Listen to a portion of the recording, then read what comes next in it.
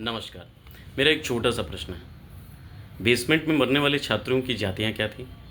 Current लगने वाले उस छात्र की जाति क्या थी? या बिहार में इंसान से लेकर के जानवर जो बाढ़ में हर साल मर जाते हैं, उनकी जातियाँ क्या हैं? पिछली पड़ी इस गर्मी में जितने बुजुर्ग समय से पहले ही चल बसे, उनकी जातियाँ क्या थीं? अगर आप इस देश में लोगों को ससम्मान मरने नहीं दे सकते, उनकी जाति के आधार पर, तो मैं आपसे कहना चाहता हूँ कि इस देश में जाति की जनगणना करके इस देश का विकास नहीं किया जा सकता। इस देश का पहला मुद्दा शिक्षा, बेरोजगारी जो कि होनी चाहिए, जो कि नहीं है।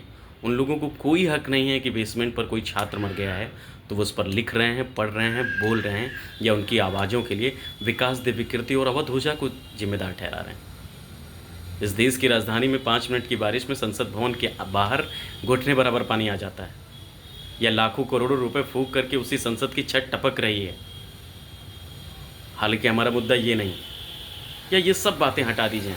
एक बार तर्कशीलता के आधार पर आप अपने पड़ोसी मुल्क चाइना को देख लीजिए। वहाँ पर ऐसी गाड़ियाँ बन रही हैं जिसमें ड्राइवर नहीं है।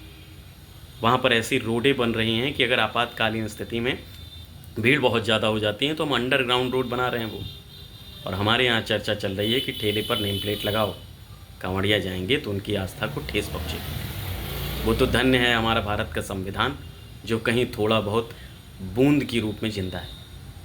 मैं आप सबसे आग्रह करना चाहता हूँ कि आने वाले आगामी चुनाव में इन नेताओं के दुर्लभ दर्शन पर अगर आपका मुद्दा फिर से जाति जनगणना रहा तो मैं आपसे बहुत विनम्रतापूर्व और हाथ जोड़ करके ये कहना चाहता हूँ कि छात्र फिर मरेंगे, पानी फिर आएगा और उस मौत का जिम्मेदार अवध ओझा और विकास देव विकृति नहीं होंगे, हम और आप होंगे। जब तक हम इस राजनीति को दूषित होने से नहीं बचाएंगे, इसकी स्वच्छता पर काम नहीं करेंगे, तब तक मौत होती रहेगी। इसके लिए मैं आपसे माफ़ी चाहता हूँ।